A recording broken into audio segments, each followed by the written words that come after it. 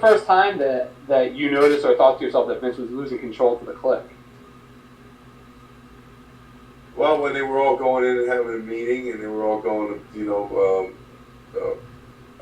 production meetings and all, it's just Vince for somehow let the talent influence him in his decision, and it really hurt the company really bad.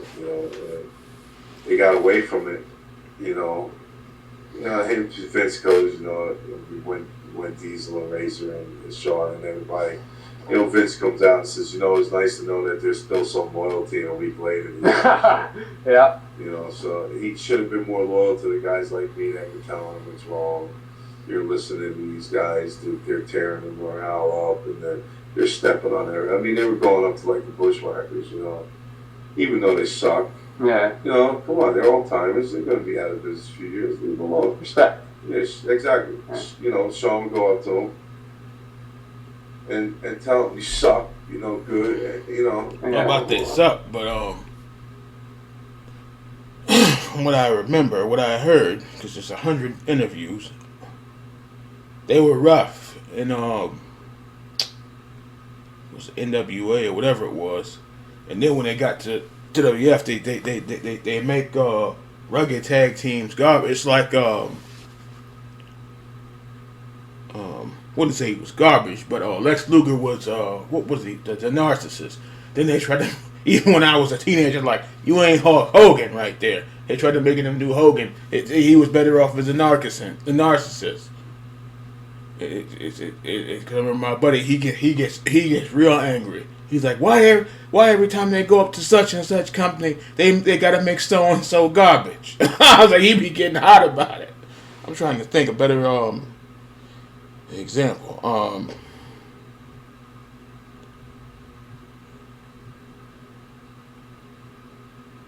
don't know. You'll have somebody's going. Okay. Well, he did better later on. When Farouk first came in with that stupid helmet, he should just came in as Ron Simmons or something. That was stupid. Cause that's his real name. That's not no gimmick name. But that helmet, that stuff like that was stupid. Coming in with the helmet, and then it's. And the twins, the two brothers, Yeah. they had him by the throat in the garden, choked him out. The Bruce Brothers. Bruce Brothers, man. Yeah. Shawn Dutch talked about that. This guy's a jerk, man. Yeah. Woo! Dutch Mantella now, and forgot somebody else talked about that. That was kind of funny. He said, he's like, yeah, I hear you been talking shit. He had him up by his neck and said, you pull that shit again, it's gonna get worse. It's gonna get a lot worse than this. And then there's those big giant 7-footers. And what's name said those boots and the long hair big hair men look like they were like 7'2" or something. The Harris brothers. Say Michaels, but. The way that it's not funny that man getting beat up, but the way that he told that story, it does said, we hear you talking shit again. It's gonna get a lot worse than this. There's the way he said he jacked his ass up across that wall. That's the way he was talking about it was funny as hell. Anyway, Thanks, Joe. How did the LT thing come about? Well, I remember that. All set up by Lex. Lex Luger? Lex did a couple golf charity things. WrestleMania 11. LT and flew by him, and then the next thing you know, Vince pulls me in the office. How would you like to work with LT at WrestleMania? This is fine, but I call the shots. He says, you got it. A couple months of mass, unbelievable media exposure. Yeah. And then, next thing you know, I was able to pull it off. Which was a great feeling, a great accomplishment, to work every night. Especially when all the boys believed it. It was cool. But it was just a good deal, It was an opportunity for me to get into all that exposure and become bigger than life. Be on a level of a Bret Hart, a Hulk Hogan, and Shawn Michaels, Terry Funk. I thought about something. I remember when that started up, that fight. LT. I think Bam Bam was on a losing streak because 123 Kid was beating everybody. It was getting embarrassing. Beat Razor, beat DiBiase, and turned around and beat Bam Bam. It was getting ridiculous. Then Bam Bam was frustrated. He threw Lawrence Taylor on the floor, and luckily they had the agents holding him back because LT don't play that. And then I think a couple weeks ago, he challenged him, or a couple weeks ago, a couple weeks after that, he challenged him to a match, and he said, what's this? Because he had the tattoos in the head and everything. He said, what's this Easter egg gonna do? And then Bam Bam said something like, I'm gonna show you what an Easter egg is. Shoot, put your ass on fire. Something he said. It was funny. Oh man, an Easter egg. I was like, I don't know about that. That was something. It was a good deal, and it was opportunity was knocking, and I was able to grasp it and take it. And, the Kliq didn't like it, because Sean and Diesel were, they were the main event. Well, I'm the event, so even that match sucked. Damn. A lot of egos. My ego never got in my way. If it would have, I probably would have been better off in a better position than I am today. But I'm can't be more happier than the position that I'm in. Right. Because it's a great deal. Is there any more to the story than with Sean missing all that time right after WrestleMania? Nah, I really don't know.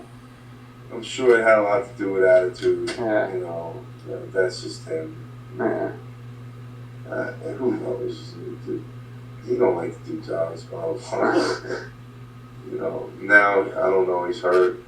See, I haven't been there, so I really don't know what I hear. So anything I say is just hearsay. People say he's hurt, but people say they see him riding his Harley around San Antonio too. So. Well, when I was hurt, I was able to ride my Harley too. I was right. ready to relax. Riding your Harley. But he's a rich kid. He's got a lot of money. He's a very popular guy, and he gets to call the shots now. Yeah. Because he don't need to work. Yeah. Well, Vince needs him obviously at this point. Of course, man. He's got all that merchandise. Yeah. So, you're stuck with $50 million worth of merchandise. Well, shit, we need him back. Ooh, 50 million worth. Between Chris Santino and me, with him, because he was part of the Kliq, and the three of us lost our jobs and our positions because of him and his Kliq. Yeah. Was there ever any major blow ups? I know him and Chris was buddies. They would have got their ass kicked. Who would have got his ass kicked? Hold it. Let me get that back. The Kliq, the three of us lost our jobs and our positions. Who got their ass kicked? And his Kliq. Yeah. Was there ever any major blow ups in the locker room with you and the Kliq? They would have got their ass kicked. I'd beat the shit out of all three of them. And at one time, they all wanted to jump me, and it was like, all right, you go first. Wow. I don't know now. Kick all three of their asses. I mean, they want to really get down. They want to shoot. They're in big fucking trouble. Did you ever go to Vince during any of this? Yeah, I did. And Vince said, no, there's no Kliq at all. Vince refused to acknowledge it at all. Oh, no. Which right there. Not a big Bam Bam fan, but yes, they tried to jump him. But like if it was one-on-one with, let me see, he'd have his hands full with Nash. Or probably Razor, but Michaels and Triple H, I don't know. And X-Pac, he was, I guess they said he was in the Kliq, but not really. Then he was in, and he wasn't. I don't know. But yeah, that would have been a damn dog fight if it was just Nash and Bam Bam, because Nash is no slouch. I believe that it was time to get out, and that they were definitely influencing him. Bam Bam's a shooter like what's the Earthquake? I heard Earthquake was a bad man. I heard. Yeah, is that what led to you leaving? That was it. Yeah. Wow. Did you leave on good terms with Vince, or? Yeah, very good terms. I had a year left on my contract, and he just said, "Look, no pay-per-views, and do anything you want." Yeah. And I said, "Fine." Yeah. ECW were to ever say bring in one of the Kliq members if they got out of their contract, how would you guys react? It's business. You can't put business. I mean, when it's a business relationship, it has to be a professional business relationship. You put your ego aside. Yeah. And that's how I do it.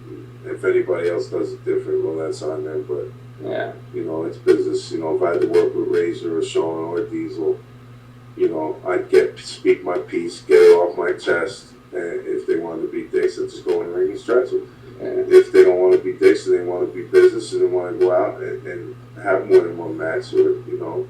Yeah. Because if they're going to be jerk, we're only going to have one match. Yeah. This could be the end of it. You know, because Sean ain't kicking my ass.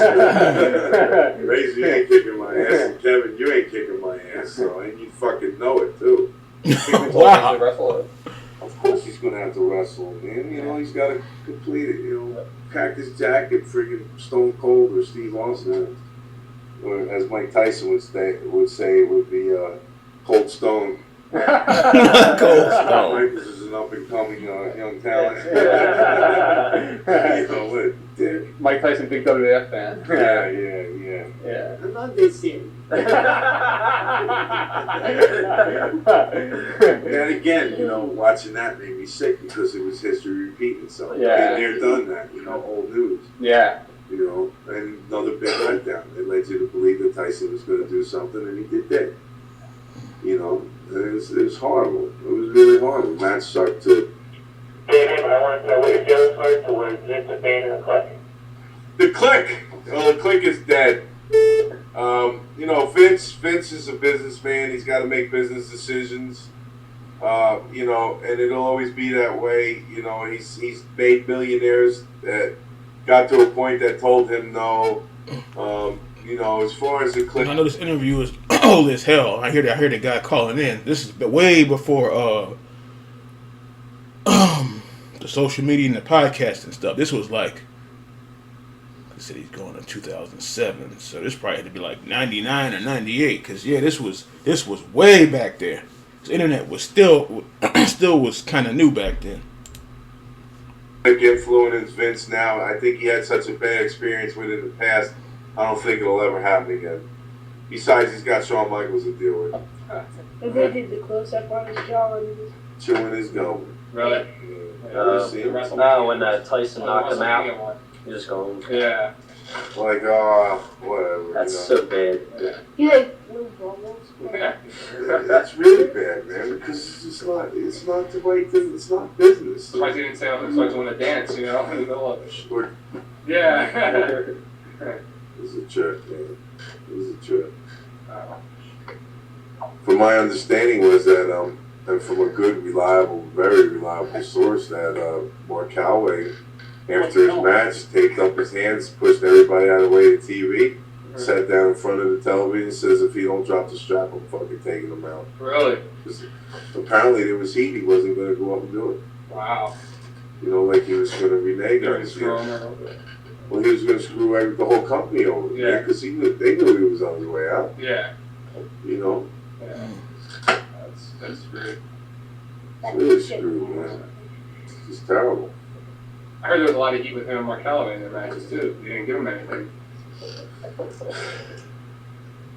I don't think Mark's that evil. I think Mark can get along with Sean. He's an easygoing guy.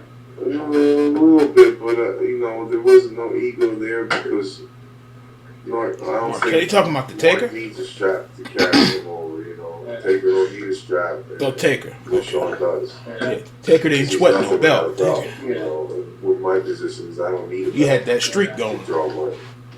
You know, my money is going against the belt. You know, that's what's going to draw because Yeah. they step into the ring. You know, there's you know when I get in there that you could possibly lose that belt, and if I wanted to take it, you're losing. You're fucking done. There's not a damn thing you can do about it.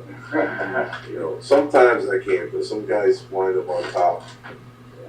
What about Shawn Michaels? Shawn Michaels, well, you know, he's a great worker. He's just got a bad attitude and a bad way that he does business, but he's been successful and he's got rich doing it, and more power to him. All right. Title match. Once again, they got some good stuff, man. But Bam Bam was cool dude. Like I was talking about all the great big man wrestlers. Bam Bam, Vader, Big Boss Man, The Taker. He's up there. I don't even know if somebody please comment. I'm not sure because I be forgetting sometime. I don't know if Bam Bam is in the Hall of Fame. They just put Vader in. I think Boss Man. Yeah, Boss Man's in there. Taker's in there now. I don't know if Bam Bam's in there or not. I can't remember. If he's not, he needs to be in there. Been in there. What the hell?